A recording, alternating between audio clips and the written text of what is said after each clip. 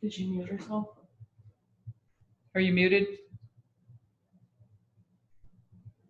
Sorry. Holy Heavenly Father, Lord God, we come before you with praise and thanksgiving. We thank you for this beautiful Sabbath day, the sacred day, where we are amongst you and your angels and saved and protected.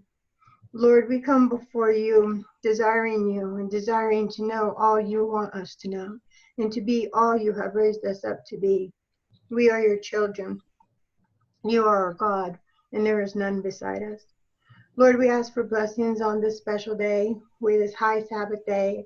I thank you, Father, for bringing all the brethren, our family together here in unity as in one.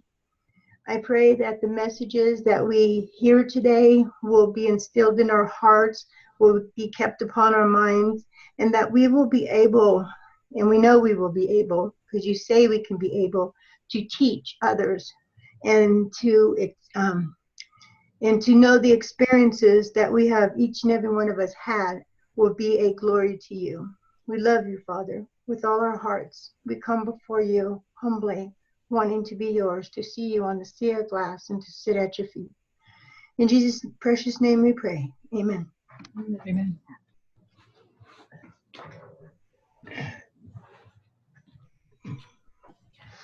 Okay, so we're going to do chapter 18 of Acts of the Apostles.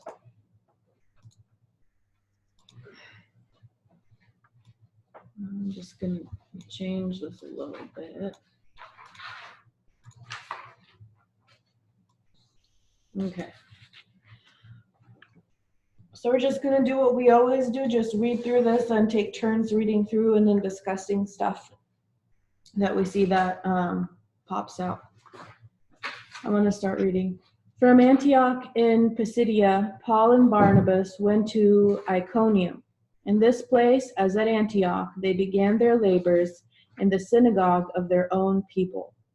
They met with marked success. A great multitude both of the Jews and also of the Greeks believed. But in Iconium, as in other places where the apostles labored, the unbelieving Jews stirred up the Gentiles and made their minds evil, affected against the brethren. I think that's FFA, isn't it? They're the premier ones working against us. The ones that split off. Because the ones who, remember the devotional yesterday, Robert? The ones who left us.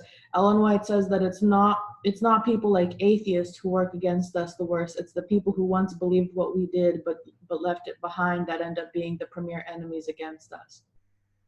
So I'm wondering who that in our time, I think that might apply to them. So the apostles, however, were not turned aside from their mission, for many were accepting the gospel of Christ. In the face of opposition, envy, and prejudice, they went on with their work, speaking boldly in the Lord. And God gave testimony unto the word of his grace, and granted signs and wonders to be done by their hands. These evidences of divine approval had a powerful influence on those whose minds were open to conviction, and converts to the gospel multiplied. So the increasing popularity of the message borne by the apostles filled the unbelieving Jews with envy and hatred, and they determined to stop the labors of Paul and Barnabas at once.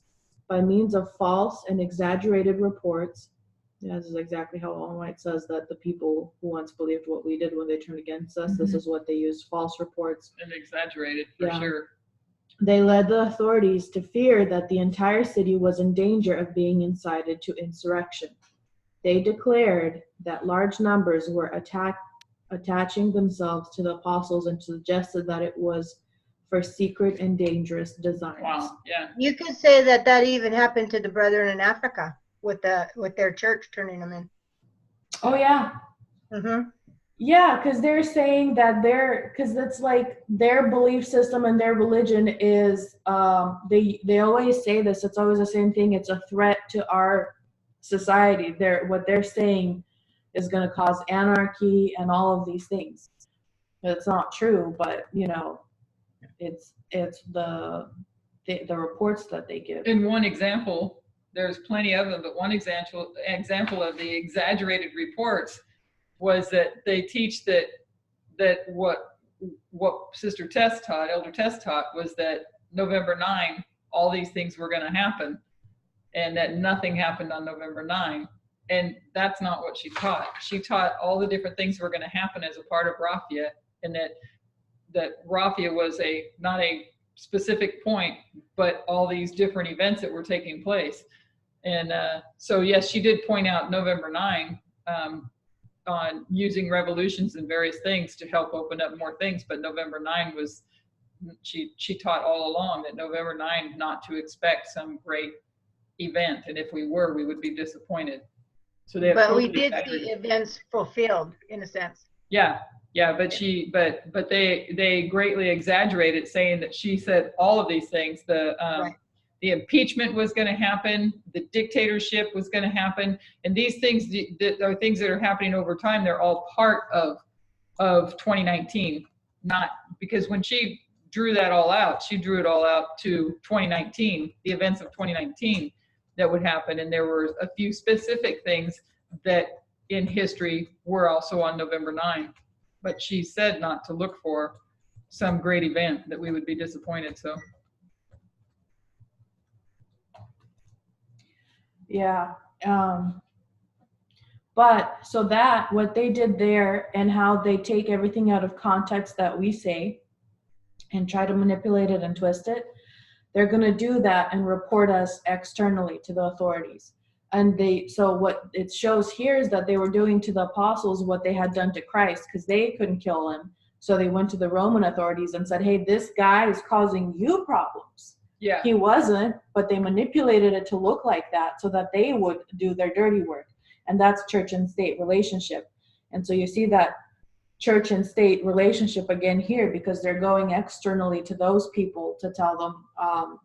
And when you think about that, that's a really satanic way, because that's what Satan does. He twists and manipulates to get other people to do his work for him. and they will come after us for sedition. And it makes me think about the stuff we do on social media and wherever else, that we have to be very mindful and prayerful and praying for wisdom how we use social media, that we not bring about trouble before it's time, that we be wise as serpents on the things that we share, because we are going to be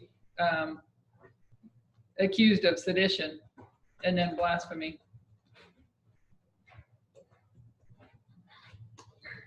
Yes, and I'm still learning. So hold on, I had a question. It disappeared. You looking at about the impeachment, November 9th? No, Hey, happy Sabbath, I Leonard. wasn't understanding what John meant. Even we misunderstood November 9th, still do, I think. Oh, okay, I misread that first. Yes. Yeah, it's possible. Okay, so who wants to read next in consequence of? In consequence of these charges, the disciples were repeatedly brought before the authorities, but their defense was so clear and sensible, and their statement of what they were teaching so calm and comprehensive, that a strong influence was exerted in their favor. Although the magistrates were prejudiced against them by the false statements they had heard, they dared not condemn them. They could but acknowledge that the teachings of Paul and Barnabas tended to make men virtuous, law-abiding citizens, and that the morals and order of the city would improve if the truths taught by the apostles were accepted. Well, that's interesting, isn't it? The magistrates were prejudiced against them by false statements, but they dared not condemn them, because they acknowledged that these teachings tend to make us virtuous and law-abiding citizens. Because that's the foolishness of what they're saying is, look at these people trying to incite everyone to rebellion. Meanwhile, our teaching is treat everyone with kindness and respect and work together. It's like, what are you talking about? It makes no sense. You know, but that's what's supposed to wake people up, is the fact that it doesn't make any sense. That's what's actually going to help some people to receive the gospel. Through the opposition that the disciples met, the message of truth gained great publicity. I'm going to move this one. There you go. The Jews saw that their efforts to thwart the work of the new teachers resulted only in adding greater numbers to the new faith. The multitude of the city was divided, in part held with the Jews and part with the apostles. Because when they act it out, you see, it makes the choice easier. You see who's bad and you see who's good. Yeah. So it's going to be like, oh, well, it was a confusing choice before because all these mixed reports, but now I can see exactly who and what you're about. And you can't say these people are here to destroy this country when these people don't even fight against people hitting them and beating them. They just let it happen like innocent little lambs. You're like, what are you talking about? You can't, like, you have to literally be interested in your own self-interest to go with the wrong report. If you actually care about making the right choice, it becomes so obvious. And that's what's going to help them to make the choice. I've been praying a lot lately when it comes to, because I've got, I don't know if my dad could ever see wrong in Donald Trump. I'm not sure on one of my sisters and her husband, but I think about the people that are supporting Donald Trump, and I know Tess says that does she say impossible or near impossible? But if they have any decency in them, because you do see every now and then you get wind of a Republican that is kind of, hey, wait a second, there's something wrong here. Yeah, there's been the moderate Republicans have switched sides to their, like, on the liberal side now. So it's causing people that have any sense of decency in their heart to wake up. Yeah. But it's going to change. So there's still people in both camps that are mixed, because you'll have people on the liberal side who may believe certain things that liberals do with rights, but they also really care about being rich and having money and not, getting into a mess. A snare. So when you get to the point where to be able to have that success and not fall apart, you have to follow the beast in his image. You're going to make that choice whether you're liberal or not. You know what I mean? And there might be some people in conservatism who don't care about that and care about doing the right thing, and they think that that's in that camp right now. But in the end, when they see what it's actually about, they might switch. There's a small number of those, but I think it's there still. And all these things that he is doing, that he's claiming, with the stock market and everything else, he's restoring prosperity and all these, I'll turn it off just a second. He's restoring prosperity and all of that. This is the prosperity that is preparing people, because at the same time, you have the black and white difference beginning to totally show, right? And they're going to be forced to choose, like you said, between prosperity or the gospel. Yeah. So enraged were the leaders among the Jews by the turn that matters were taking, that they determined to gain their ends by violence. Arousing the worst passions of the ignorant, noisy mob, they succeeded in creating a tumult, which they attributed to the teaching of the disciples. So we'll be blamed. They create it, and then they blame us for doing it. Yeah. Isn't that the way Satan works with Christ? Yeah. Yeah. By this false charge, they hoped to gain the help of the magistrates in carrying out their purpose. They determined that the apostles should have no opportunity to vindicate themselves, and that the mob should interfere by stoning Paul and Barnabas, thus putting an end to their labors. And that's interesting when you look at what we were talking before we logged in about Mitch McConnell. And this was something I had not known before. I think Adriana said she'd seen it before, but Mitch McConnell, when he was younger, there was an article I read this morning. He was younger, learned under a senator what the importance of the judicial system really is, and how to actually, manipulate. I don't know if that's the right word, manipulate, I think. But anyway, so in 2012, I think it was, prior to that, you had the Democrats and Harry Reid that were in charge over the Senate, and they did something, maybe somebody else would better understand it than I got out of what I read this morning, but that they did something that when it came to like a filibuster, it had to do with appointing judges. And Mitch McConnell said, you're going to regret doing that. So then come the time that Mitch McConnell was 2014, when Mitch McConnell then led the Senate, was the majority, he then started delaying and stalling the appointments of the judges, of the federal judges, the appeals court and different courts. And so that paved the way, because he knew when they had a Republican president, he wanted those openings to still be there so the Republican president could place his own judges there. So the judicial system is stacked to do the work that we're reading here. This was, I think this was the video that I saw, how Trump took over America's courts, and it talks about Mitch McConnell in there. I think this is the one that I saw that went back into that history. So I'm going to post it in the chat real quick. And I posted on Facebook the actual article that I read too, so if anybody's on Facebook to see that. Friends of the apostles, though unbelievers, warned them of the malicious designs of the Jews and urged them, this is interesting, there's friends of the apostles, though they're unbelievers, right?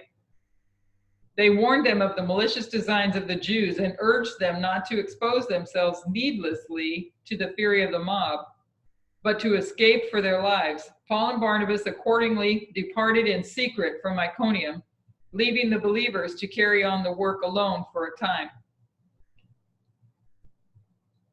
But they by no means took final leave. They purposed to return after the excitement had abated and complete the work begun.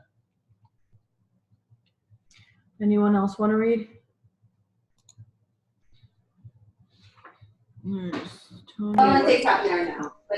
In every age and in every land, God's messengers have been called upon to meet bitter opposition from those who deliberately chose to reject the light of heaven. Often by misrepresentation and falsehood, the enemies of the gospel have seemingly triumphed, closing the doors by which God's messengers might gain access to the people. But these doors cannot remain closed forever, and often as God's servants have returned after a time to resume their labors, the Lord has wrought mightily in their behalf, enabling them to establish memorials to the glory of his name.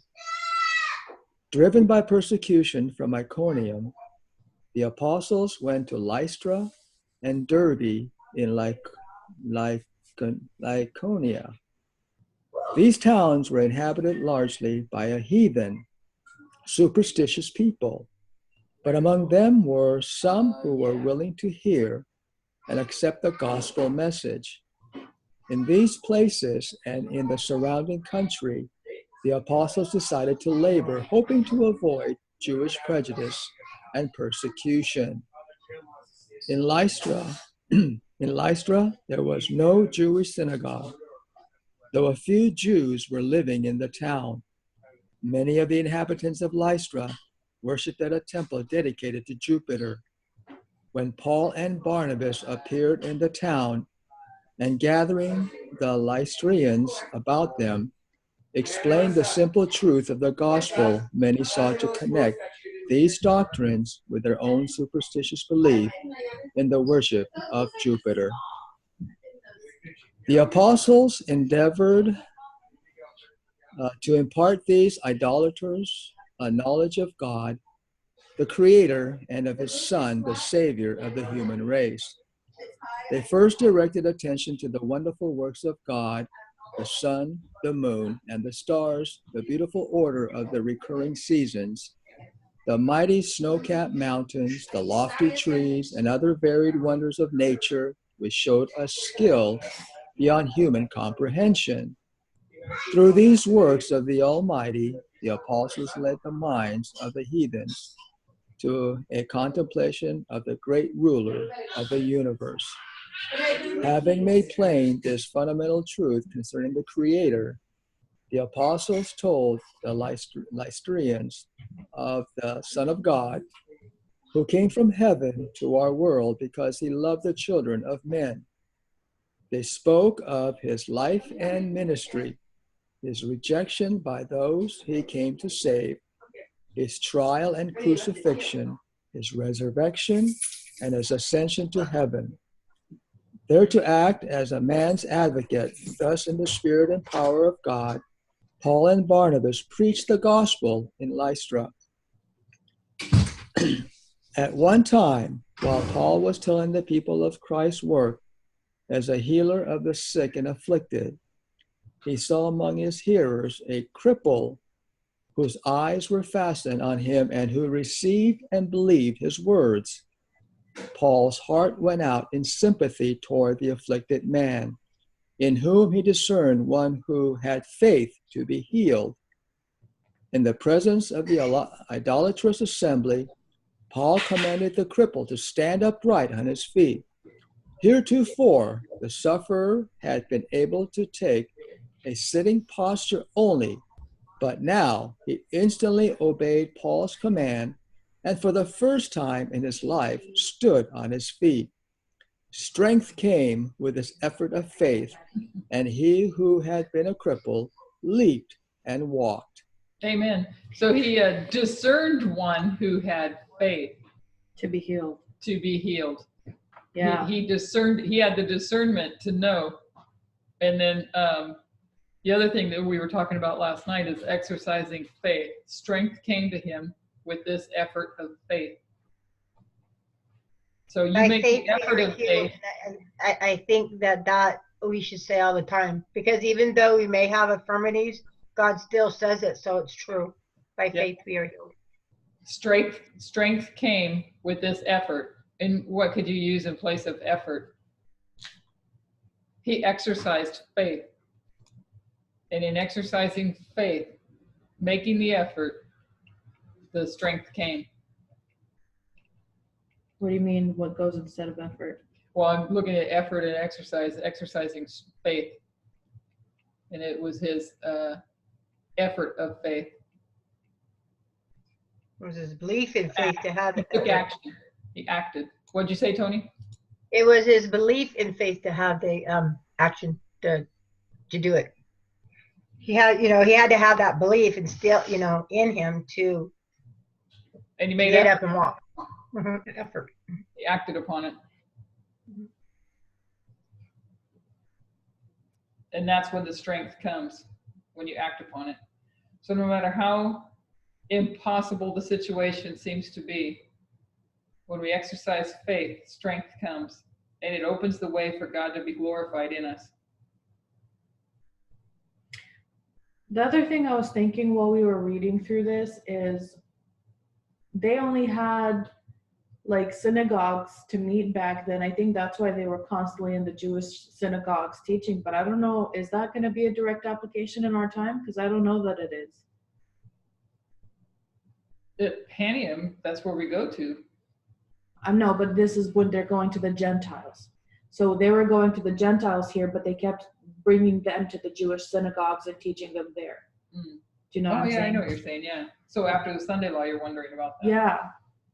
Because that's just the meeting places that they had. They didn't really have other meeting places, but it's different in our time. So I'm thinking this might be one of those things that is different just because the world is different. Because the structure is taken down in Sunday law. Yeah. And then the other thing is, I think because of how our laws are, they could just call the cops on us for trespassing at this point. Do you know what I mean? I think this is, because I keep looking at that and thinking, well, maybe we still are going to the SDA church, but I don't think that's how that's going to apply in our time. Do you know what I mean? Because just in basic legalese and stuff that's happening in our, that doesn't make sense. Because already we have people coming to us and we have our own meeting places that we can go to. Yeah. So.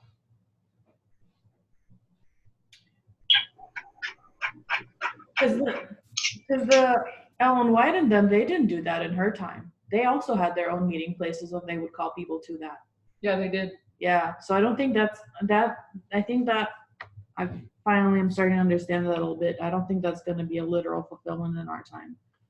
I think that's just because of the circumstances that they were in. I thought the Millerites actually took the message to regular churches. Yeah, That's where at the beginning. That's where they were presenting the message that they were to present. And 1850 chart. When the 1850 chart was produced, where were they to go to? They were to go to the world. Is that what? Yeah. So where do they go then? I don't know, because the Protestant church is already declared as fallen, right? Yeah. We probably just go everywhere. I mean, it's where we go out for doing regular things, who we meet on the street. I mean, it's probably just everywhere, not to mention our example. You know, we're walking epistles. Well, that's what I'm saying, because if you're going to the regular churches, that means they were going to the Protestants, which is like us going back to Adventism. But if, Yeah. if the Millerites in 1850 were to go to the world, Didn't Parmenter say they failed that? yeah, they did. Yeah. That's where they were to go. But if the message is Babylon is fallen, then you go to Babylon. Where's Babylon? Yeah, and can I say something? Because along with Sister Tony said, it makes me think, well, what about when you have your SDA friends, you know, who are still in the church right now, you know, they invite you to some kind of event going on. You know, that's an opportunity, you know, to share the message at that point, or be an example, you know, an influence there, you know, in going, right? I think the whole idea of not burning the bridges before that time came, Elaine, you were kind of mentioning it earlier, is to not, you know, to not really bring on that persecution before the time comes, because I believe we do have to go into the Adventist churches still and give that message, because they are spiritual Israel, and the apostles, they went, when they went around, they went into synagogues. I know, They but did. that's when we go to the Levites, we have to go to the SDA church. I'm talking about after Sunday law, the big national Sunday law. Yeah. Well, after Sunday law, you won't be allowed to go into the church anymore. That's the Right, same. that's what I was saying, yeah. Oh, But okay. because they went to the world after 34 AD, they went to the Gentiles, Mhm. but they also still, they also still went to the Jews. That's what I'm saying, that because that's where they had the meeting places, was in the synagogues. And I don't know, it's hard because they had an extended amount of time, which we don't have. Yeah. We Yeah. don't have that time that they did, because they still had to go for I don't know how many thousands of years, you know, for 1260, but we don't have that here. We have a very short, limited amount of time. And maybe you had time there to continue to strive with them while you're also striving with these ones. But at this point, it's like you have limited amount of time. Where are you going to spend the most of your energy? I think I've heard it taught this way, that because 34 AD is the Sunday law, and that it is the end of the structure, and anybody that's left in that structure, I don't think that it's, because we talked about this before, I don't think it's that they can't join, but they wouldn't be Levites. They just become part of the world. They would be Nethinims if they did join. Yeah, that's because the church does go on and continue to do their work that they think they're doing right. If I'm understanding correctly, if I remember correctly, that they do continue to go on and do their work, not knowing that they've just become part of the world officially. Can I say something? early. All right. Can you hear me? Yeah, go ahead. Okay. So I believe that each and every one of us are already speaking to multitudes of people, not only our SDA church, but other churches and people who probably really don't have the Lord right now. But I know that when I left my church, it was over conflict of, you know, the 25-20 and them trying to try to get it out of my head and stuff like that. But we all left on good accord. But I still post a lot of Spirit of Prophecy. I still post, you know, our message. And I have had, I think, 3 people. One comes over, used to pretty regularly, but they call me and thank me for the things that I have posted, whether it's, you know, some of what were in the message or just the Spirit of Prophecy. Point being, they're listening and they're grateful. And I always pray that seeds have been planted. And I'm going to a funeral with all of them on the 18th. So, I'll pray before I go there too and see what the Lord has me say. Yeah, we don't want to, as Jonathan said, burn bridges and shut doors. I wouldn't do that. We want them to see what's in our hearts. We want Christ in our heart, and we want them to see Christ in our heart. I think we read that too. This is where we were, right? She lost her place, Brother Phil. Do you remember where you were at? I'm pretty sure we're here. Keep going down. Yeah, past that one. Oh yeah, we read that too. When the Paul people. I think they were at when the people saw Yeah. what Paul had done, I think. Robert, you want to read a little bit? Since you know so well where we are. When the people saw what Paul had done, excuse me, they lifted up their voices, saying in the speech of, hang on, I gotta get rid of this here. The speech of Lycaonia, the gods are come down to us in the likeness of men. This statement was in harmony with a tradition of theirs that the gods occasionally visited the earth. Barnabas they called Jupiter, the father of gods, because of his venerable appearance, his dignified bearing, and the mildness and benevolence expressed in his countenance. Paul they believed to be Mercury, because he was a chief speaker, earnest and active, and eloquent with the words of warning and exhortation. The Lycurians, eager to show their gratitude, prevailed upon the priest of Jupiter to do the apostles' honor, and he brought oxen and garlands unto the gates, and would have done sacrifices with the people. Paul and Barnabas, who had sought retirement and rest, were not aware of these preparations. Soon, however, their attention was attracted by the sound of music and the enthusiastic shouting of a large crowd who had come to the house where they were staying.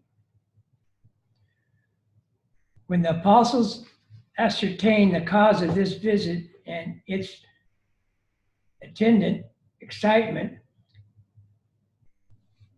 I gotta move this again. They rent their clothes and ran among the people in the hope of preventing further proceedings. In a loud ringing voice which rose above the shouting of the people, Paul demanded their attention.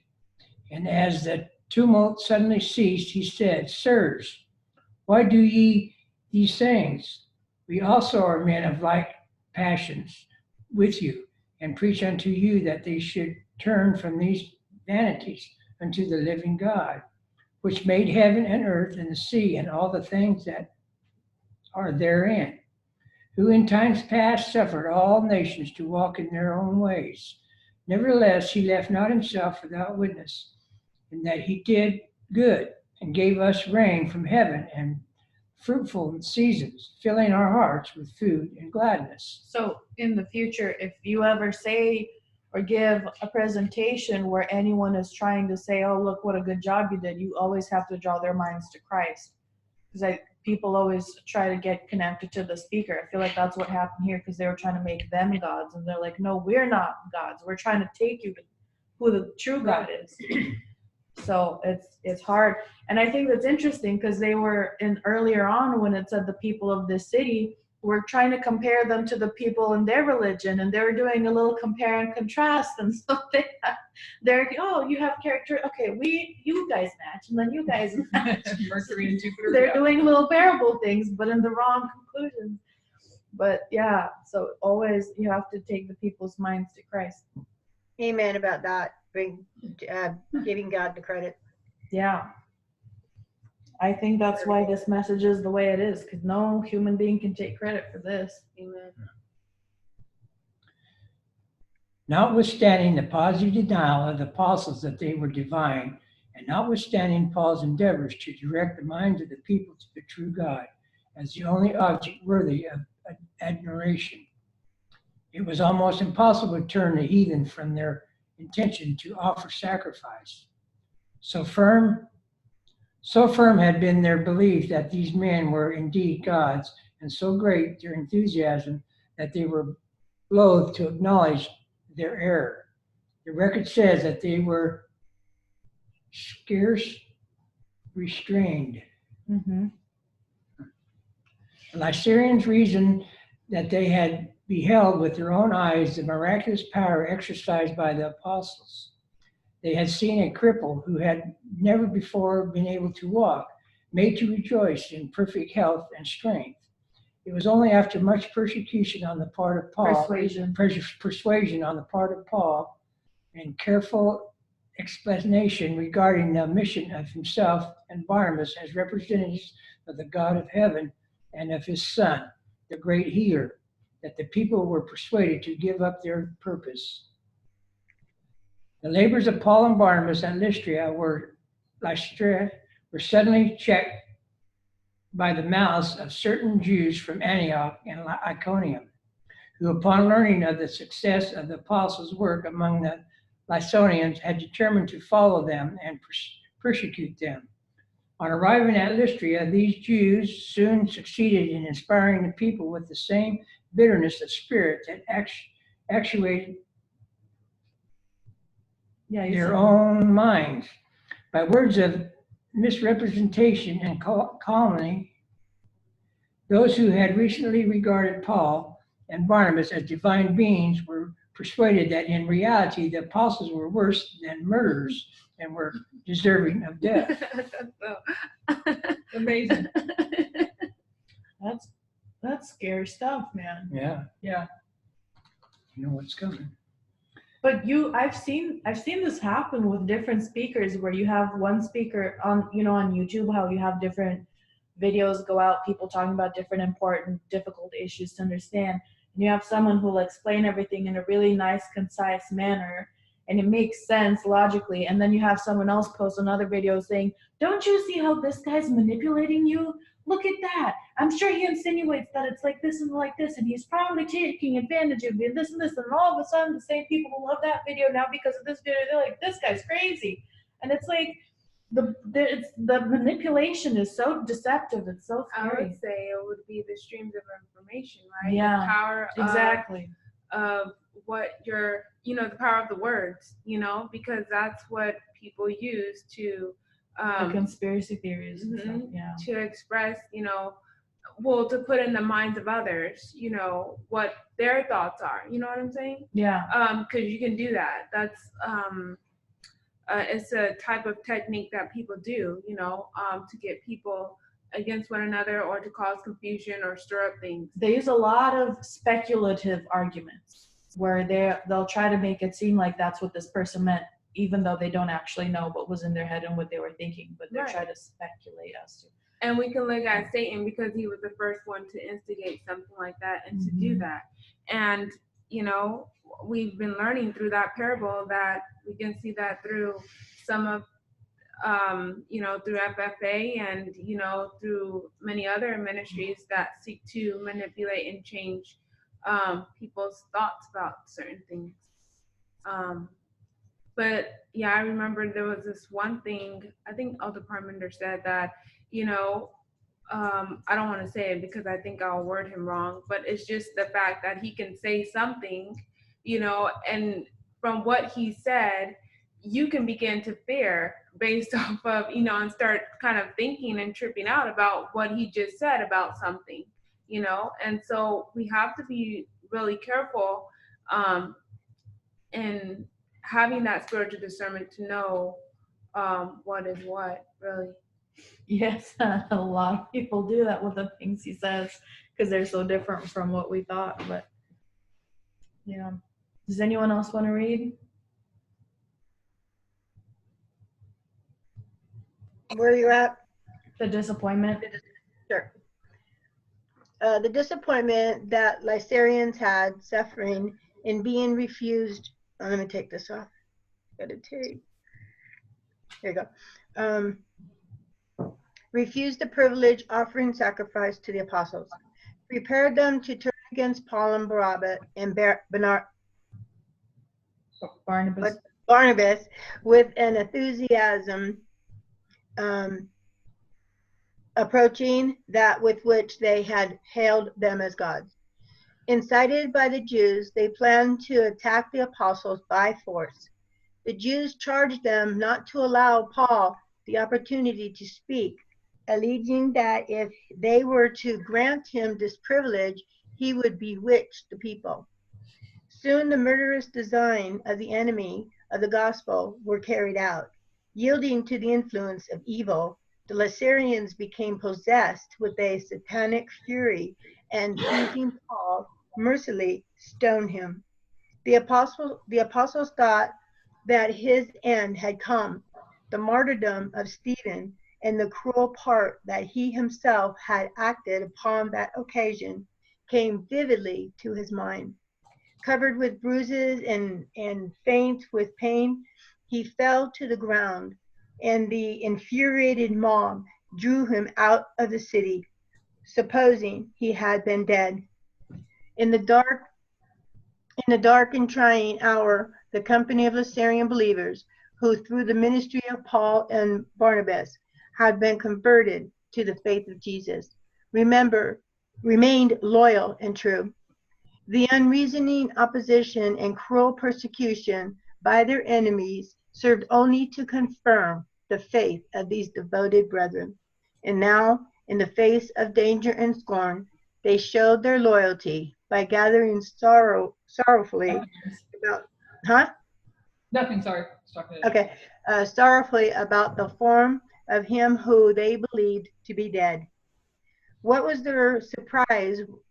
What was their surprise in the midst of their lamentations? The apostle suddenly lifted up his head and rose to his feet with the praise of God upon his lips.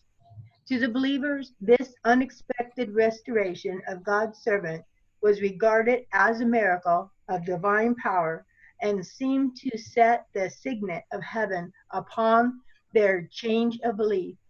They rejoiced with impressionable gladness and praised God with renewed faith.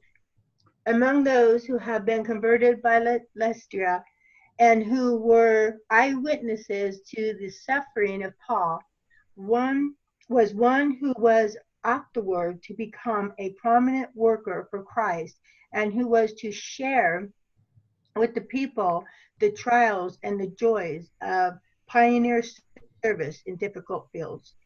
This was a young man named Timothy. When Paul was dragged out of the city, this youthful disciple was among scroll up a little, was among the number who took their stand beside his apparently lifeless body and who saw him arise, bruised and covered with blood, but with praise upon his lips, because he had been permitted to suffer for the sake of Christ. Amen. Amen. Anyone else? We're going to get to that point where we're going to be happy to suffer. Whose lifeless body was it mentioning? Paul's. Oh, this is Paul. Okay. Yeah, they had beat him what they thought was to death, but then all of a sudden he rose up, all beaten and bruised, but praising the name of the Lord of Christ. And the people of that city were like, this is a miracle. And Paul's like, I'm so happy to suffer for God. Like Peter, who wanted to be hung upside down for he thought he was unworthy. Yeah. Man, they had an intense faith, man. Wow. The day following the stoning of Paul, the apostles departed for Derbe, where their labors were blessed, and many souls were led to receive Christ as the Savior. But when they had preached the gospel to I'm going to stop real quick. Something was said, what we read earlier, that I want to point out. When Paul and Barnabas led the minds of the people back to Christ, they said, we're not gods. We're people of flesh with the same passions that you have. So they were literally saying, we're not perfect. Like we're literally a mess just like you. We're trying to show you who the perfect one is. So I think that's helpful too, because they didn't see themselves as perfect either. Anyways, but when they had preached the gospel to that city and had taught many, neither Paul nor Barnabas was content to take up work elsewhere without confirming the faith of the converts, whom they had been compelled to leave alone for a time in the places where they had recently labored. And so, undaunted by danger, they returned again to Lystra. It's the third time, isn't it? And to Iconium and Antioch, confirming the souls of the disciples and exhorting them to continue in the faith. Many had accepted the glad tidings of the gospel and had thus exposed themselves to reproach and opposition. These the apostles sought to establish in the faith in order that the work done might abide. Can I say something?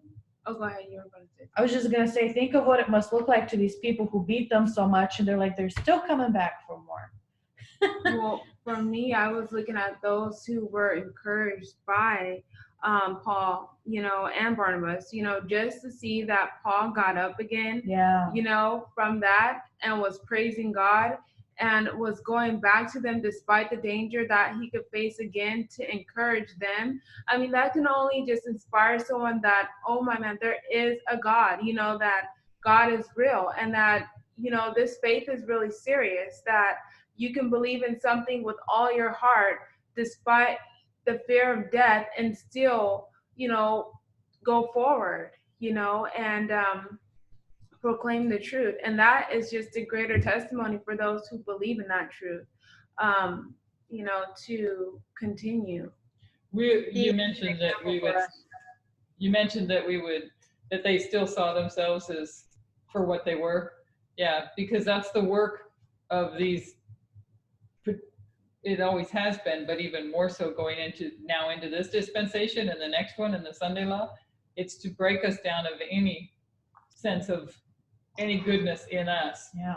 That because we can't be prepared to really fully welcome those that we're going to without understanding we were where they are. And we are where they are. Right. Yes, we are where they are. But we tend to look down on them for their behavior, and we're growing into learning to have that love for them, to never forget where we came from. Yeah, because we think, Exactly. I think that's still the biggest problem we have, is we think that just because we know some parables and some lines that makes us better than everyone else, but that's not. I have to always remember that's not what it is. I don't think we should ever forget our past, or even be ashamed of our past, or even sad about our past, no matter what happened. Because all of this, like I keep remembering what Victoria said in one of her devotionals, is God is going to use every experience for his glory. Amen.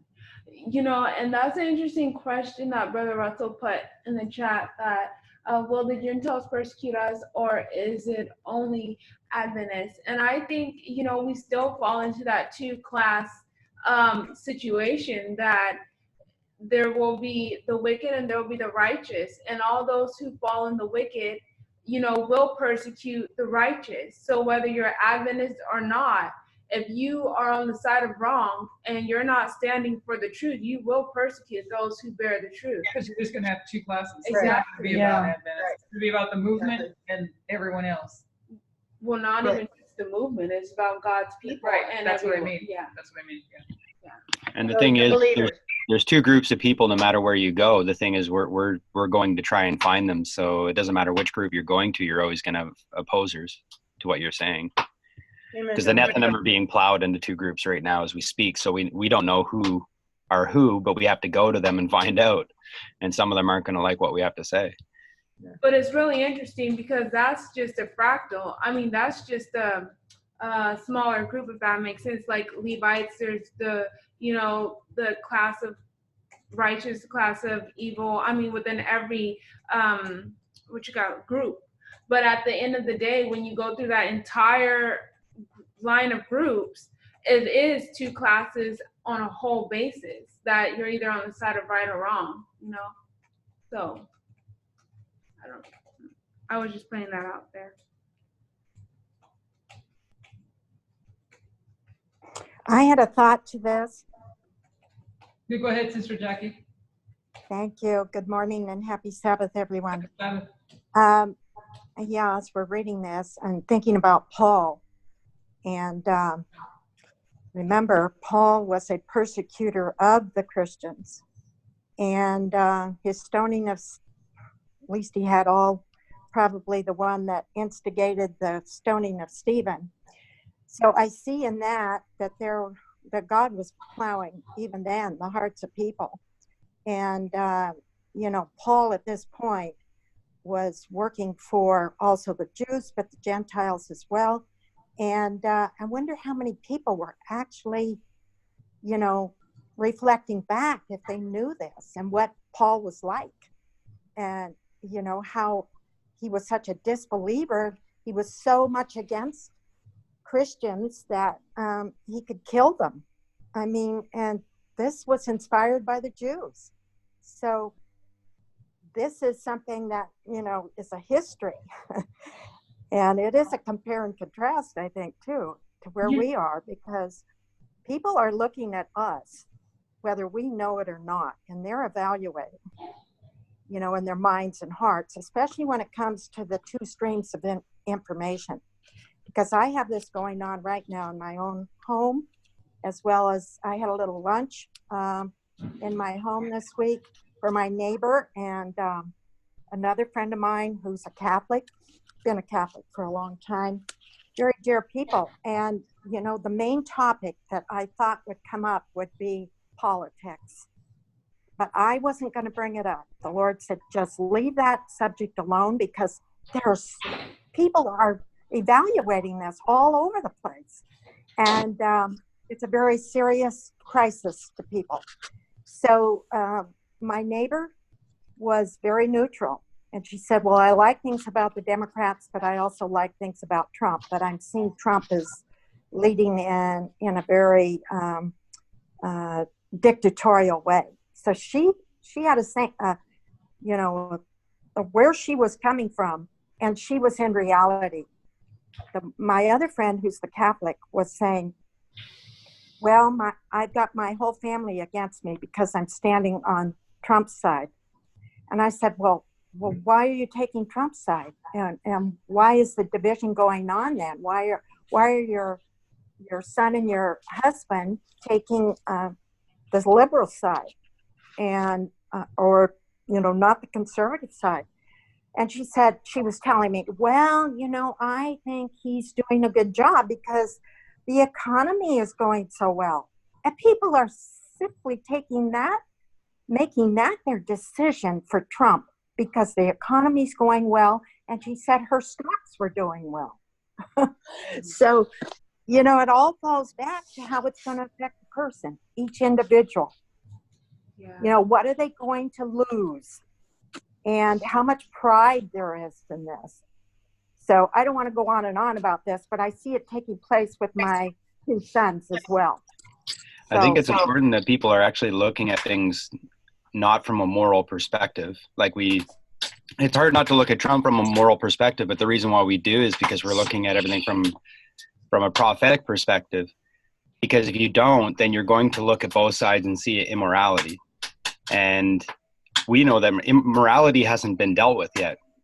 God is dealing with things prophetically right now. So when we're talking to these people, we have to identify why it is that we're talking so much about Trump and not about the Democrats. We have to come from that prophetic angle. Otherwise it's just going to be a battle of opinions. Yes, very good. And yeah, the only way, like I said, it's a topic and it's on everyone's mind right now, but they don't see where this is leading to. And on the moral side of things, if they even recognize that, the moral, the moral between doing the right thing and following the Constitution. That's making a choice for what's right, the right thing to do. So I think also being able to identify personal sins from the sins of Babylon, because again, it comes down to that morality. Like God is dealing with these larger prophetic sins, and he's at this time, and he's not dealing with these, I don't want to call them small, but our small personal sins. And because people will just get confused about the two. If you're talking about one thing and then they're always talking about the other thing, you're never really on a plane. So the reason why prophecy is so important is because you can use it to identify, why you're talking about a certain country in prophecy, or why you're talking about a certain leader, why you're talking about the things that they're doing. It's not just, another politician doing other bad things. You're pointing it out because these things are actually predicted to happen. And if you can show people this, I think they're more likely to get on board, but otherwise it always sounds like a partisan argument, and people are always just going to defend their own interest, like the economy or whatever it is. Yeah. Brother Phil has his hand up. Yeah, so yesterday I was listening to this person. I think he's a commentator. His name is Tom Hartman. And the reason that our economy is seemingly, that's an important word, seemingly to do so well is because the feds have pumped in trillions and trillions of dollars into the economy. And because they pour money into the economy, it seems like that our economy is actually doing well, but we're actually living in a bubble. And they also predict that sometime real soon, this bubble is going to burst and it's going to go really, really bad in the very near future. And this is what people don't realize. Can I say something? I just want to say something real quick in regards to, the two classes of people. I do believe, though, that those who were once in the truth, who fall away, they would be greater enemies than those who are not a part of this movement, or not a part of, even knowing of some little truth, they don't know. They're just going along with the whole crowd. It would hurt more from those who are once closest to us, because and there will be greater persecution because of, I don't know, I'm probably saying this wrong, but I think it will be worse from those who was once in the truth and left the truth, as far as classes of people. But when all do come together to fight against the truth, and we just know that the sting would be greater from those who were once in the truth, even though all is fighting against us, if that makes sense. And the comment by Jonathan about Trump saying it's the best ever. He says he's the best and the smartest at everything. And I saw somebody posted as well that he's now even saying that since he's been president, that cancer deaths have been reduced, and taking credit for that too. What? He's the smartest and the best at everything. He probably has been Carson that aside, and that's why he could. Sorry. Sorry. It's amazing. Sorry. For those that have, some of you are reading that book, and I won't go through that page. I think I did before, but the one particular page in that book where it talks about all the things, there are statements that he made. I think I even posted the video in the WhatsApp chat. Statements that he actually made, and there's a video montage of all these statements that he makes, claiming to be the smartest, smarter than all the generals, smarter than all those. He knows more about drones than anybody else. He knows more about everything than anybody else. And then he goes on and talks about his big brain and how he has such a big brain and a high IQ. Not to feel bad if you don't have as big of IQ as he does. Well, you know that people who say that over and over and over again, that's that self-deprecation, and hopefully it is the truth. He said recently that his generals are better looking than Tom Cruise. He said that? Yeah, I'll try to find the quote. Thought it was pretty funny. So really quick, there's a little bit of a chiasm here if you think about it. In their time, you had Christ do the work first, and then after the apostles understood, then they did the work after. But in our time, the apostles understand and do the work, and then Christ comes and does his part. But what made me think about that is you had Christ, and and he did his work, and then the apostles were doing the work of representing Christ, right? Because they were treating the apostles the same way that they treated Christ, with false reports, trying to kill them because they were speaking his truth. And it's the same thing that's happening here, because until he comes in the clouds with great glory, we represent him and we do his work because we have his character in us. So it seems to be a little bit of a chiasm. Yeah, question on that though, because the apostles went in to reap a harvest that they did not sow, right? And it's the external events and it's the work of the God and the Holy Spirit that's doing that, that's preparing us to go in and reap a harvest that we too did not sow. Just something to think about with what you just said. I know, but it's not applying. I'm just talking about the people. Yeah. Because first you had Christ, because the apostles didn't do anything at all before Christ, because they didn't know Christ was, they didn't understand. They didn't understand till Pentecost afterwards, right? Yeah. And then in Pentecost, then they understood. But in our time, our Pentecost comes before the second coming. Because we have to understand and do a work. Well, I disagree, Brother Jonathan. I think Tom Cruise is better looking. Did you read the actual statement? Yeah, that I had a meeting at the Pentagon with lots of generals. They were like from a movie, better looking than Tom Cruise and stronger. I had more generals than I've ever seen. And we were at the bottom of this incredible room. I said, this is the greatest room I've ever seen. He's amazing. It's amazing that, and this truly, it's got to be this amazing in order to wake people, the people that do have any decency in their heart, to wake them up. Well, the thing is, when Trump first became president and he bashed the media as fake news, he's basically caused his own group of people to ignore what the news actually says. And so therefore, everything that he says is going to be truth. And people actually repeat this stuff. They don't repeat it verbatim, what he says, but they actually repeat what he says as if it's fact. And it's scary because it's like, where are you getting that from? Like you're ignoring all the other media sources in the world and you're using Trump as your source of information. Yeah. I tuned in a little bit the other day to, it was on the 9th. Where was he at? The rally that he was in, Toledo, Ohio, I think is where it was. And man, all he does is talk about how great he is. And sounds like Satan. It's just, it's pathetic. And people just love it, and they're cheering him on for how great he is. And none of them, like you're saying, they don't go and check these things to find out if they're so. And who brought up the economy? The economy, yeah, it's a false, what did you say, seemingly? Is that Brother Felda said that? Yeah, it's a false, I don't know if the right word, false economy. It's a false, it inflated and it's all false and it's going to burst. But I think it still has to do with the prosperity, that people are being drawn to choose prosperity over salvation. You know what I'm saying? Over the gospel. They're literally living it out in real time, showing that they're choosing prosperity over the gospel. Yeah. How are those kind of people going to happen when you can't buy or sell? Oh, you know what happened in the Great Depression? Some of them committed suicide because they couldn't,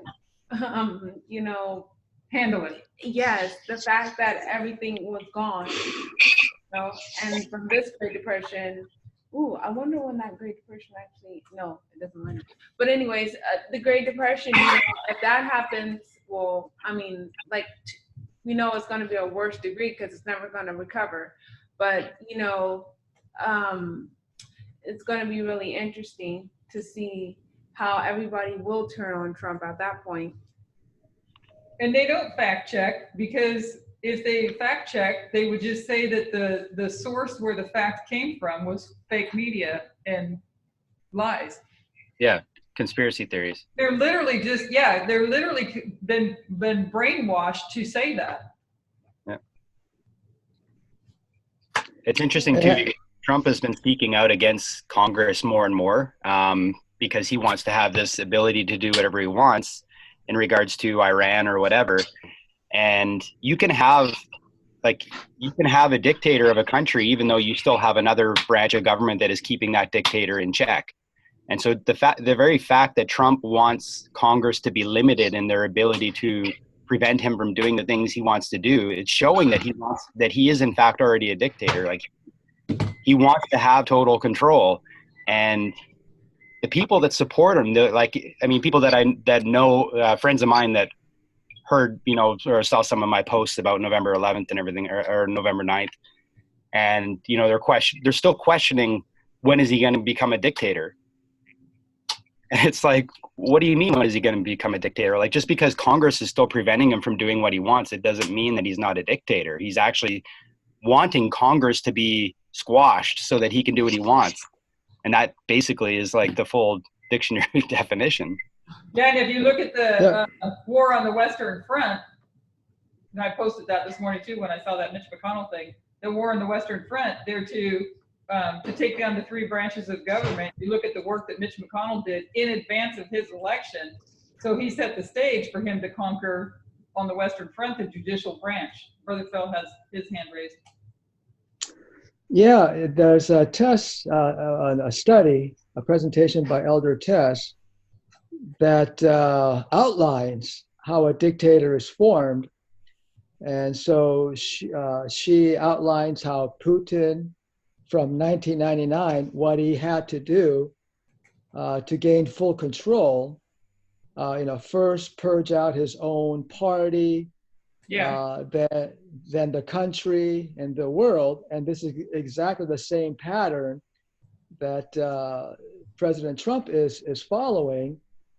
And so, I don't know, but I would not be at all surprised if, President Trump and President Putin back in 2016 or whenever got together, and President Putin teaching President Trump, saying, if you want to be a dictator, this is how you do it. Yeah.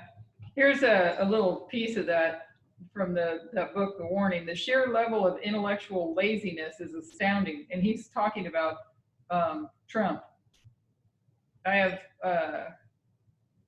I found myself bewildered how anyone could have run a private company on an empty mental tank. President Trump relies upon every day running the government. On television, a CEO turned showman. Sorry, because it's kind of cut off on here. Showman can, let me find out. A CEO turned showman can have a desk and bark orders at subordinates, and then go on to be merciful. In real life, a successful CEO has to absorb a lot of information about the economic climate, about his or her competition above, product and consumer trends. How can you manage a sprawling organization if you won't read anything? Not very well, it turns out. The president does claim to be highly intelligent, though he has been touting his intellect for years and loves to boast about his great brain in private meetings at the White House. In 2013, he retweeted, "Sorry, losers and haters, but my IQ is one of the highest, and you all know it. Please don't feel stupid or insecure. It's not your fault." Those are his words. He tweeted it. Oh my man! He tweeted it, so he said it. Okay. So let's see. In 2016, when asked during the campaign whom he was considering on foreign policy, he responded, "I'm speaking with myself. Number one, because I have a very good brain, and I've said a lot of things. My primary consultant is myself, and I have a good instinct for this stuff. On the contrary, outside advisors who helped him with debate prep were mortified by his lack of understanding to the subject. In 2018, he took to Twitter again to burnish his cognitive credentials. My two greatest assets have been mental stability and being like really smart." He posted in January 2018, I was from very successful businessman to top TV star to president of the United States on my first try. I think that would qualify as not smart, but genius, and a very stable genius at that. is one of those qualities that, let's see, intelligence is one of those qualities that if you insist you have it, you probably don't, which I think is what Victoria said, or he wants to believe it. Nonetheless, Trump is known to interrupt briefings with assertions along the lines of, yeah, I get it, I'm pretty smart, okay? The president frequently claims to be an expert on the issue about which in reality advisors will have found out he knows very little, very little. Here is a sample from a much larger list put together by astute observers. On campaign finance, I think nobody knows more about campaign finance than I do, because I'm the bigger contributor. On the courts, I know more about the courts than any human being on earth. On trade, nobody knows more about trade than me. On taxes, nobody knows more about taxes than me. It's interesting because yes, he does know a lot about these things. He knows how to get around them and how to cheat. That's what he knows. Let's see, on ISIS, I know more about ISIS than the generals do. On the US government, nobody knows the system better than I do. On technology, nobody knows more about technology than me. He's fought all the systems and technologies. He does know. But I know, I was just thinking that he's not lying on, he does say about being smart in those areas to some degree, because he has access to it as the president. You know, he has those intelligences that give him that information to be able to know how to get around the system and to do as he's doing. And if you want to call that smart or cling on that, then hey, I give it to him on that, because then he is actually pretty clever. But to go around there and be so boastful, you know, it's just Speaking of too much. Buttigieg, he ripped him also the other day on that, he's probably done it before, but I heard it. He was ripping him the other day in that rally as well, talking about, can you picture this guy taking on Iran and trying to negotiate with Iran? He's saying there's no way this guy, he just mocked him up one side and down. You mean the guy who's been there? That guy? The guy who's done what you didn't want to do, go to war? That guy?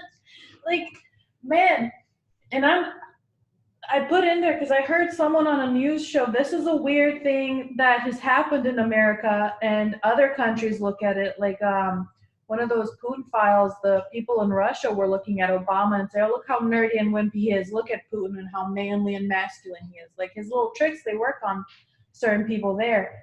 But in this country, it's like always like, well, who's going to be like the quarterback of this country? That's going to be our president. And someone literally said, Pete Buttigieg is a little too smart to be president. And I'm like, you want smart. What do you mean? Exactly. What are, you know, like whoever it is, Obama, whoever, if they're smart, that's a good thing. It's crazy that, well, we want someone, you know, who's saying this? It was, I've seen so many news things. I know, but like, if I can understand who's actually the one saying that they want someone and that so-and-so is so too intelligent, I want to know who is actually saying it, because I probably have downloaded that video somewhere in all my things, because whenever I find something interesting, I downloaded it, but then I have to erase because my phone gets too full. But I can't, there are polls also of the different things. When you see the polls for president and looking at what aspects people like about the president, for some reason, the majority of people always want to be, you know, with that guy who's got swagger and who's like manly and looks like they've, you know, got confidence in charge of everything. Intelligence isn't one of the aspects that I think that's actually in life in general. If you go back to high school, where the jocks are the ones who are like so dumb, you know, but yet are the probably most, I can't say that because never mind. But I'm just saying that they're supposedly the popular people, you know, and they have all the swag, all the girls or whatever, you know, because they're so quote unquote manly. Like with Clinton's impeachment, when they found out, his popularity rose. Do you know what I mean? Like it's so backwards what people have going on in their heads. So I just can't. It's so crazy. Oh man. That is coming from people who project what they are. Yes. Yeah, exactly. And that's usually, isn't that how it ends up? Because the nerdy people in high school end up having like the good jobs and everything, and the people who are struggling are the ones who are popular. Now they're struggling and they want a president who's gonna, lead the way. They want someone who looked like they did in high school. Well, I mean, the thing is, that's probably like, It's an exaggeration. exactly, I know. it is, because, that's TV exaggeration, but I'm just saying, it does appear that way, but there are some nerds who have swag, and whatever else, vice versa. So, Yeah. I think Phil has something to say too.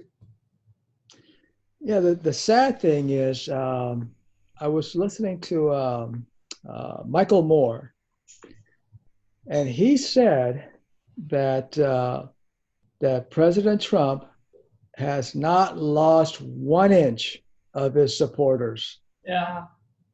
And that people are just living in a reality show. Because and I can't remember who else said this, but there is no Republican Party because President Trump is a cult leader, and everybody who supports him is in this cult. So you have the Democrats, and then you have this cult.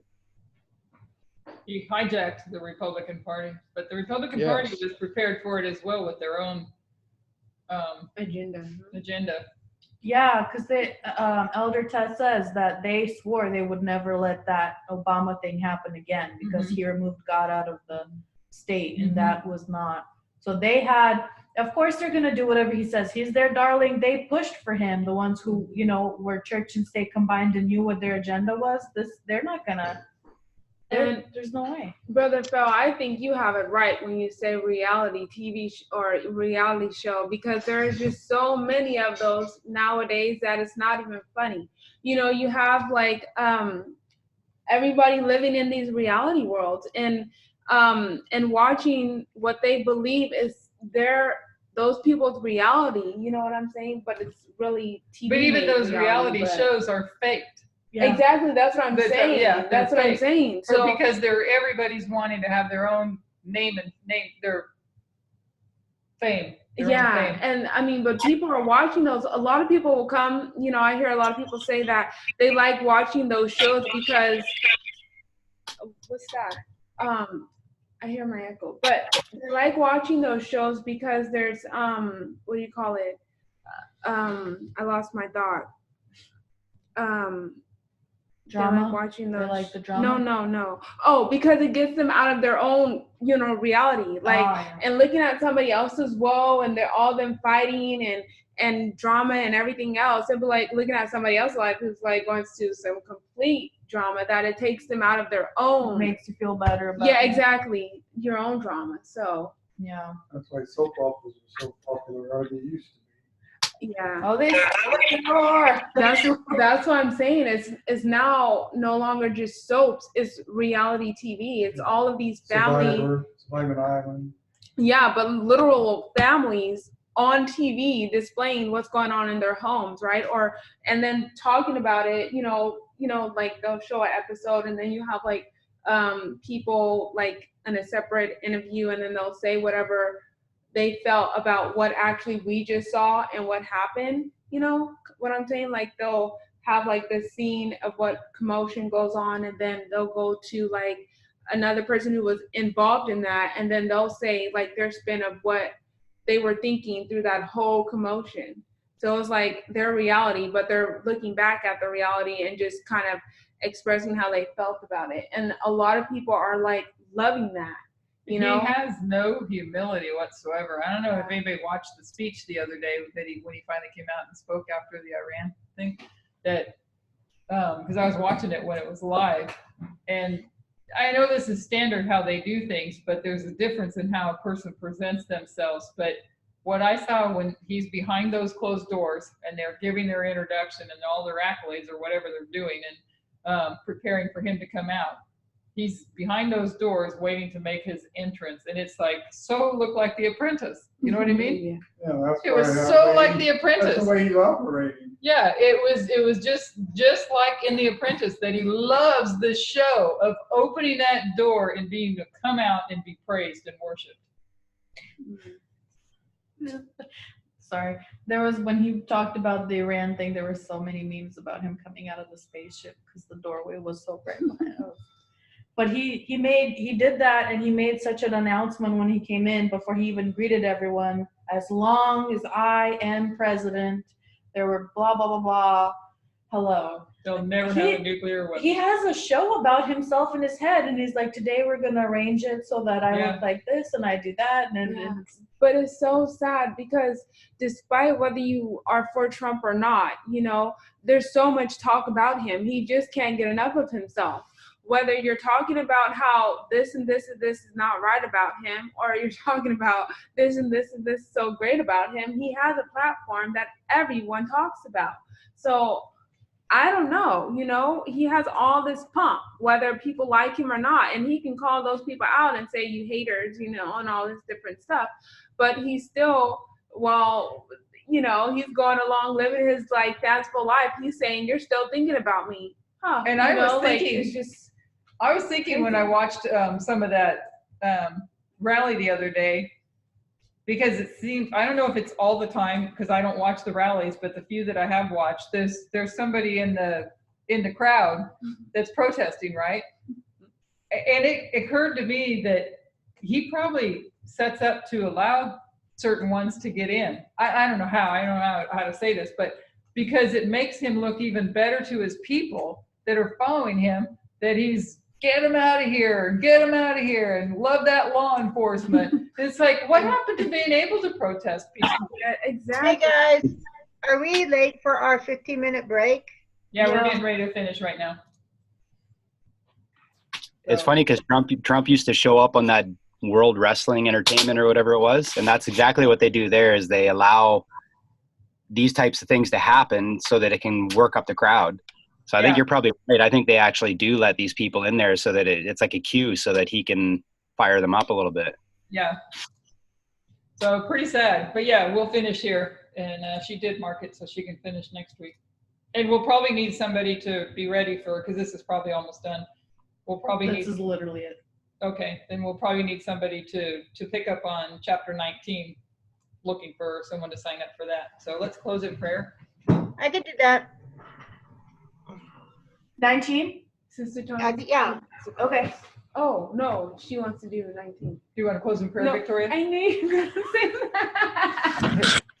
I knew you were going to say that.